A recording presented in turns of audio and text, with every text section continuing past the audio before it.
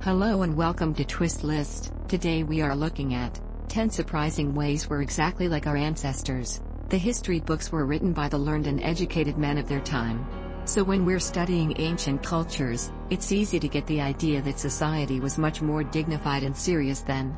But when you look at what's been left behind by the masses, you get a somewhat surprising picture of just what sex-obsessed, trash-talking, immature people our ancestors really were, and how much they were just like us. At number 10 we have trash talking. Today we trash talk when we play video games or sports, so much so that there are often rules to govern what's considered sportsmanlike conduct. And as it turns out, the ancients did exactly the same thing. Historians have recently started studying ancient graffiti as a way to look into the world of everyday people, and they've found that not only were they cheerfully foul-mouthed, they also shared their opinions with less regard for other people's feelings than the average YouTube commenter. When Cydramicos walked past a certain wall in Athens 1,500 years ago, he would have seen it written large and clear that someone thought he had a backside as big as a cistern.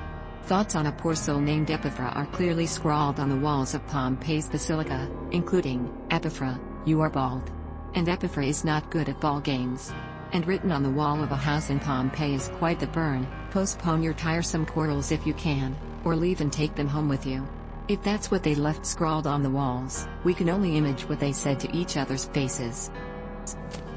The 9th spot on the list is occupied by teenage graffiti. The current image of a graffiti artist is usually a teenage boy with a can of spray paint in one hand and a skateboard in the other.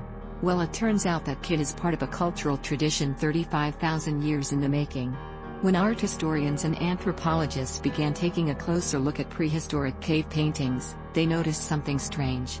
Many of the paintings were what they expected, scenes presumably done by adult tribal shaman artists. But they also found other drawings, ones that would be familiar to anyone who's ever walked through a graffiti-defaced abandoned building. There were plenty of disembodied, exaggerated body parts and anatomically incorrect naked women, as well as excessively gory hunting scenes. Based on an examination of the hand and finger proportions found in the less-than-professional paintings, researchers discovered that the vast majority of cave art studied, about 80%, had been done by teenage boys. Teenage boys who were obviously preoccupied with two topics, hunting and sex. Number 8 on our list is, we value our most mundane thoughts. We all have that friend, the one who posts everything they had for lunch on Facebook and makes sure the world knows when they're going to sleep. We might think that this is a recent development, a side effect of technology that allows us to document every aspect of our lives, but it's really nothing new at all. Preserved graffiti from Pompeii records the type of information that people thought important enough to broadcast to the world. In a gladiator barracks, on April 19th, I made bread. On another door, on April 20th, I have a cloak to be washed. On the exterior of a house, Apollinaris, the doctor of the Emperor Titus, defecated well here. And they weren't the only ones to feel the need to record their most mundane activities. Many of the ancient Viking runes that decorate the chamber tomb of Mayo, Scotland, simply proclaim that so-and-so etched these runes, or made this cross. At number 7 we have, jokes about sex, mothers, and absent-minded professors were always funny. In 1976, archaeologists in Iraq found fragments of a 3,500-year-old tablet that gave them a unique look at the humor of ancient Mesopotamia. The find was especially rare since jokes and riddles were generally a spontaneous, verbal thing, rather than something that needed to be written down for posterity. The tablet was awkwardly written, leading some scholars to speculate that its author was a student just learning to write. Unfortunately, the tablet itself has since been lost in the strife of the Middle East. Copies did survive, however, and translations provide an enlightening, if not hysterical, glimpse into what ancient Babylonians thought was funny. One partially intact riddle fragment, with an answer long lost to time, reads, "Of your mother, is by the one who has intercourse with her." Stay classy, Babylon. A recently discovered joke book from ancient Rome also shows certain themes in what our ancestors found funny. Professors were intelligent but unwise, eunuchs were hilarious, and so were people with hernias. And, bizarrely, an 11th century tome written by an Islamic scholar from Baghdad turned out to be a humorous instruction manual on party crashing. The occasionally profanity-laced book provides some snappy comebacks in case the host discovers you're their uninvited, "Who are you?" "I'm the one who saved you the trouble of sending an invitation," And there's even a satirical short story about it, in which the caliph's government creates an office for gate crashing. Number 6 on the list is, we're still not sure about our tattoos. Tattoos aren't anything new. Their earliest evidence as an art form comes from the Copper Age mummy of Otzi the Iceman. His hands, feet, and joints still clearly show the simple designs inked onto his skin, which may have served a medical purpose not unlike modern acupuncture. Similar marks have been found on the bodies of Egyptian mummies. The Romans, who valued the sanctity and purity of the human body, began to change their attitude when exposed to the tattooed natives of Northern Europe. Crusaders often got Christian symbols tattooed on their bodies, so they could be given a proper burial should they fall in battle. But, like many people today, our ancestors don't always seem to have excelled at picking that perfect piece of body art. Many Roman doctors listed tattoo removal among their services. Unfortunately, early tattoo removal processes didn't work that well. Some of the earliest recorded methods included injecting substances like wine, garlic, and bird guano beneath the skin. Later techniques included the politely named dermabrasion, which effectively meant sanding off the skin. When European missionaries came across the heavily tattooed native peoples of Polynesia, they practiced a form of dermabrasion called holy stoning, in which the missionary used a piece of sandstone to grind off the tattoo. And, of course, some people just cut their offending tattoos off. The 5th spot on the list is occupied by, we always loved our alcohol. Having a drink after a long day at work also isn't anything new. People had been fermenting alcohol longer than they've been baking bread. Some of the earliest evidence of alcoholic beverages dates back to the Neolithic period, sometime around 10,000 BC. In many ancient Middle Eastern countries, wine and beer were used as medicines. There's also plenty of booze in the Bible. Genesis 9:20 has Noah planting grapes for the sole purpose of making wine. A continent away in ancient China, it was believed that alcohol provided sustenance for the soul, much as food provided for the body, and partaking in moderation was deemed simply heavenly. But the earliest solid evidence of alcohol as a steady dietary staple comes from ancient Egypt. Hieroglyphs indicate that the Egyptians partook in alcoholic beverages dating back to at least 4000 BC, and we know people brewed regularly in their own homes. They were quite prolific, in fact, and it's been found that they created at least 24 different types of wine and 17 different types of beer. Textual evidence supports the idea that while alcohol played an important role in religious ceremonies, there was quite a bit of secular use as well. Many texts warn about the dangers of drinking too much. Number 4 on the list is, we need our swearing. The widespread use of swearing isn't a modern invention, it's just the words that have changed. We've all heard how words like leg were considered pretty vulgar in Victorian times, but the idea of socially unacceptable language goes much further back than that.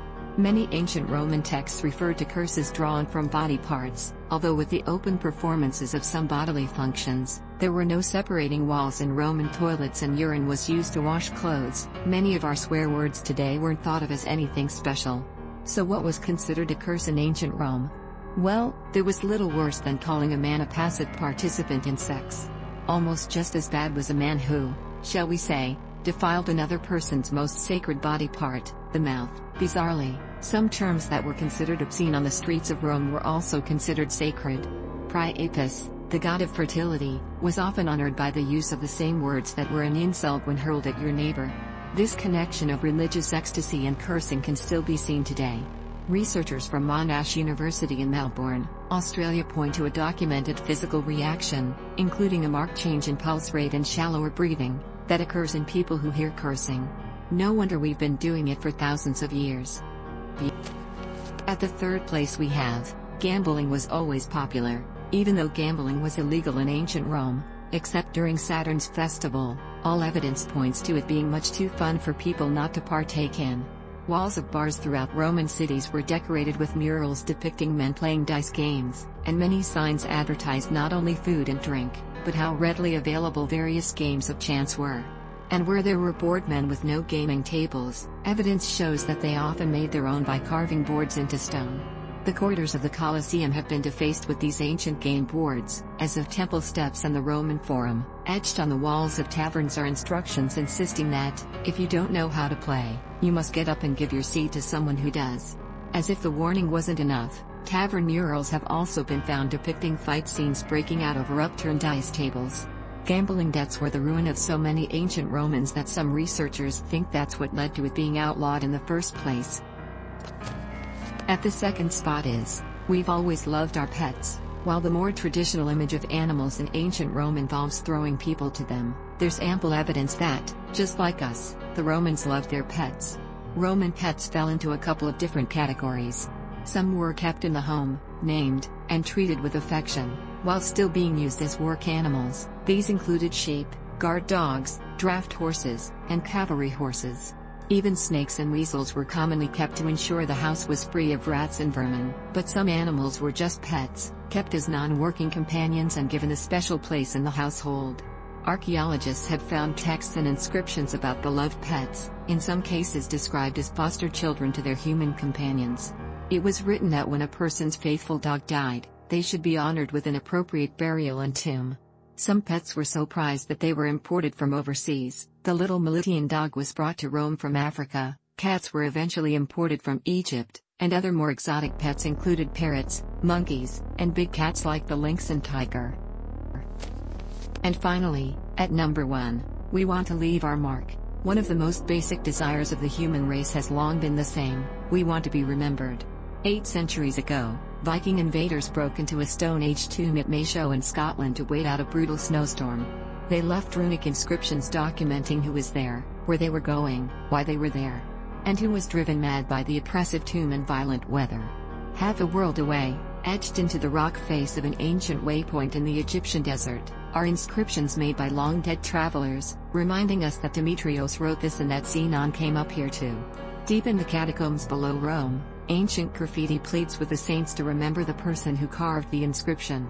Other inscriptions list the names of those buried there, also asking that they be remembered as they lived. But perhaps the most poignant reminder of the past is an inscription on a bar in Pompeii, so simple yet timeless that we can still picture the scene that led to a patron carving these words into the wall: "We two dear men, friends forever, were here." If you want to know our names, they are Gaius and Aulus. Thanks for watching. If you enjoyed this video and would like to see more, then please hit the subscribe button.